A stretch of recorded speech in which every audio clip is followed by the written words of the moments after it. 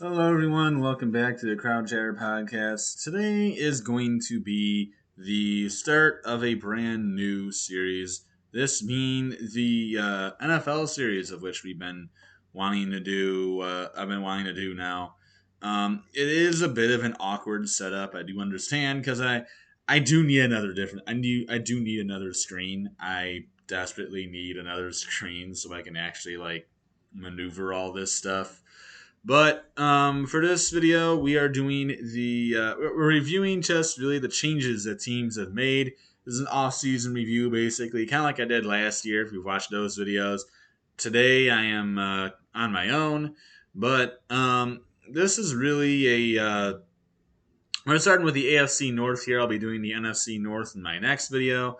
But today we're just starting with the NFC North, and our first team that we're going to be talking about is the Baltimore Ravens, who honestly last year was a struggle for them because they could not stay healthy, and it just was a mess for them. And this is a good team, and they have a good team, but like I said, they could not stay healthy, and it killed them all year. I mean, they lost. Before the season, they lost their top three running backs to either a torn ACL or a torn Achilles, and then they lost Marcus Peters to a torn Achilles or something like that, and they lost another defensive player to a torn Achilles.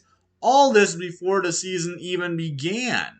Not to mention all the injuries that happened throughout the year. So Baltimore just lost a lot of people, and it certainly hurt them, and it showed.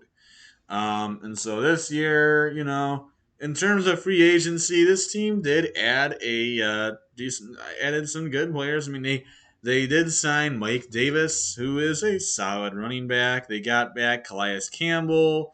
They signed Michael Pierce, re-signed Justin Houston, who of course has a good outside linebacker. Marcus Williams has gone to Marcus Williams. Both him and Kyle Fuller both are signing with the Ravens. So those are both good players, and that's really all they did in terms of free agency. And then we go to their draft class here, of which is pretty darn good in and of itself, as it has Kyle Hamilton, which is actually really good. Kyle Hamilton, Tyler Linderbaum, David Ajabo, Travis Jones, Daniel Filelli, Jalen Armour Davis, Charlie Kohler, Jordan Stout, Isaiah Likely, Demarion Williams, and then Tyler Batty. This is a really good draft class. First of all, I absolutely love their draft pick of Kyle Hamilton. That is a fantastic safety. He did not, of course, test well at the NFL draft combine, so he fell a little bit. So he fell significantly from what was supposed to be like a top five pick all the way down number 14. And the Ravens decide, all right, well, let's snag him at 14. Outstanding pick by Baltimore. Of course, then they made the trade of sending Marquise Brown to the Arizona Cardinals, reuniting Marquise Brown with his college quarterback, Kyler Murray. And so used that draft pick to trade down two spots after I think the Bills wanted to trade with them. There was a million draft day trades. It's hard to really keep up with all the different trading that was happening. But they ended up getting Tyler Linderbaum out of that, who's the best center in the draft. So I think they won that as well. And then they got themselves a first round pick who fell to the second because he got hurt, and that's David Ojabo, another really good player. Travis Jones is a solid guy. The Minnesota tackle that they got, Daniel Filelli, that guy is massive. And so if he ends up hanging out in the NFL, whoo boy, that's going to be a good player. And then Charlie Kohler, that's a good tight end. Jordan Stout, solid hunter. Don't know anything about Isaiah Likely. And then who cares about Billy the last two? Those are good players for Baltimore. Very, very impressed by Baltimore's offseason improvements, and we'll see if they make some more. Next, we have the Cincinnati Bengals, who had an outstanding year, of course, as they shocked really the entire world by somehow making it to the Super Bowl. And so the Cincinnati Bengals now are looking to build off of what just happened last year, which kind of came out of nowhere, but this is a team that really last season they had a good offense, but they lacked an offensive line, and it killed them. And their defense had some holes, it was clear.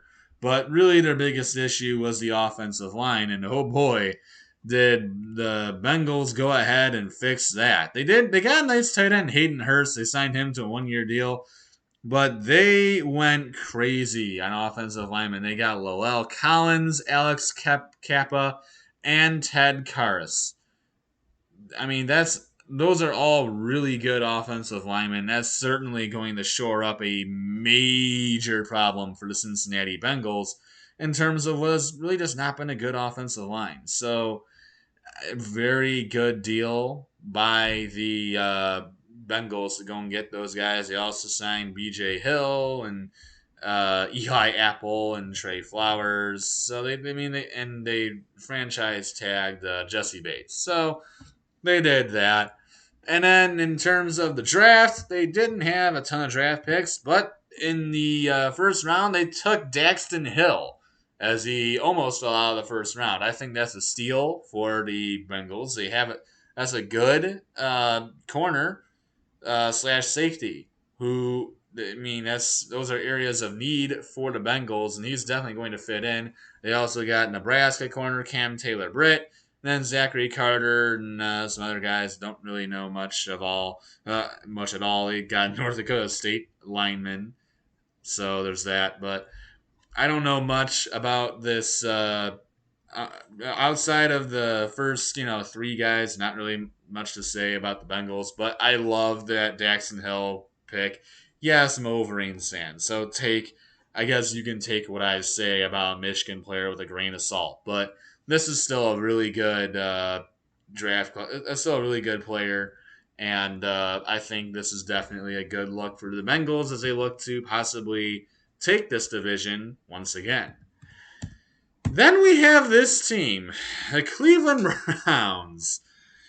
I will never understand their thinking behind trading for Deshaun Watson. To this day, I still do not understand what on earth they thought was a good idea here, or why on earth they thought trading for a guy who is I'm trading for somebody like Deshaun Watson, who has gotten himself in trouble however many times now, is really a good idea. I would not know.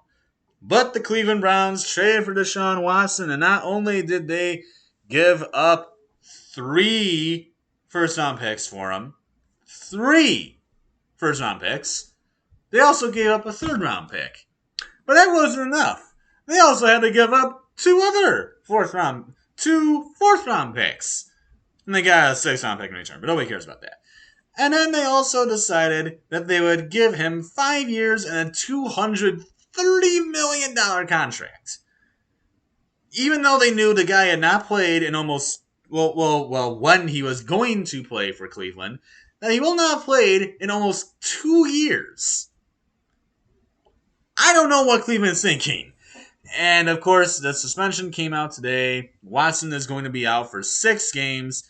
He's already almost hasn't played for 2 years. I don't understand Cleveland's thinking. This is a terrible trade. I mean, I'm not going to refrain from giving the Browns an F. That's an awful, awful, awful, awful, awful deal. Not smart. So, since they knew that Watson was probably going to get suspended for a while, they decided to go and sign themselves some quarterbacks. As they signed themselves Jacoby Brissett to be their starter, and signed Josh Rosen, which was interesting, and also got Josh Dobbs. The biggest move that they probably made was when they also made a good trade. They made the horrid Watson deal, but they actually made a good trade as they traded for Amari Cooper from the Dallas Cowboys, giving Dallas a 2022 fifth in exchange, and then they also swapped 6-round picks. So good job by the Browns. They also got Jakeem Grant, David Njoku. They were able to re-sign. They got Jadeveon Clowney back, of course. And they also made another trade as they made a swap with the Patriots, giving them Mack Wilson. They got Chase Winovich. Interesting trade. We'll see how it works. Of course, they also re-signed Denzel Ward, Taven Bryan, Ryan. They signed all kinds of different people. This is still a good team, but what their thinking was by trading for Watson, I will never know. Of course, since they made that trade, they didn't really have much to do in the draft because they sent away their entire future. And so really all they got was David Bell and Kieran Winfrey. And Cade York was the best kicker, but that's a kicker. I mean, are we really expecting him to be a difference for the Browns? So I really do not approve of this Cleveland team whatsoever. Or I'm sorry, of anything Cleveland has done whatsoever, because it's not good. The trade for Watson is putting all their eggs in one basket and is hoping that even though Watson has not played in like 2 years, is still going to be the same player that he was in Houston. I highly doubt that's going to be the case. So just it looks bad all around for Cleveland. Nothing about this is smart, and it just hurts Cleveland. Period. It's not smart.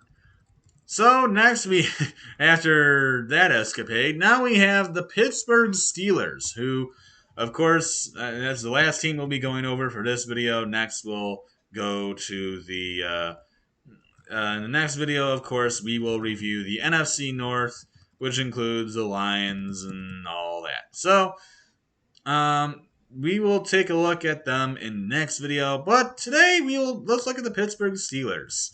The Steelers team is pretty good. I mean, this team last season just made the playoffs. Just made the playoffs. They just snuck in. So many people thought, this is not a great Pittsburgh team. But the Steelers really actually don't have a terrible team. I mean, they have some pieces and parts that definitely work. I mean, they did sign Mitchell Trubisky, which, I mean, that's not all that enticing. As of course, they'll have a new quarterback situation with Ben Roethlisberger retiring finally. They also have Miles Boykin. Their defense still remains the same. They also signed Miles Jack, which is really good. A really good player. Terrell Edmonds also signed with the Steelers. They re-signed Minka Fitzpatrick.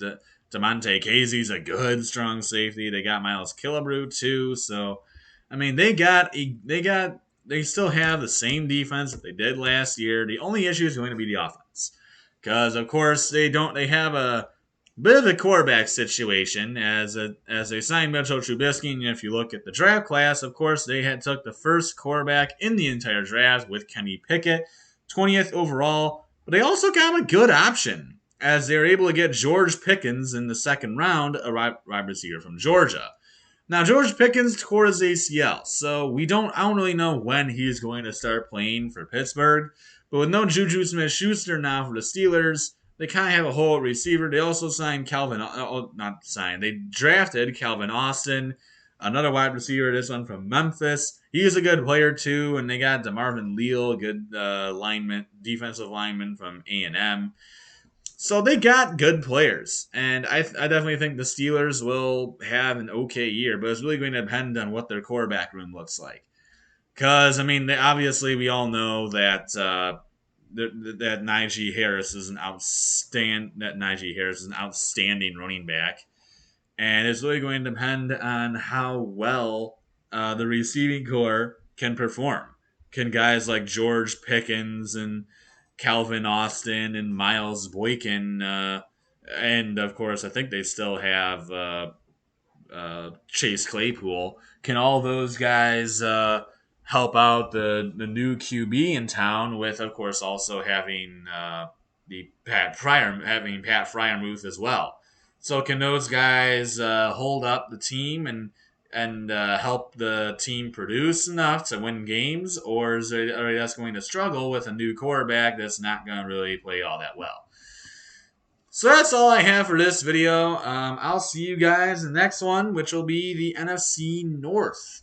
And that's all I got. So we'll see you guys next video. Until next time, adios, everyone.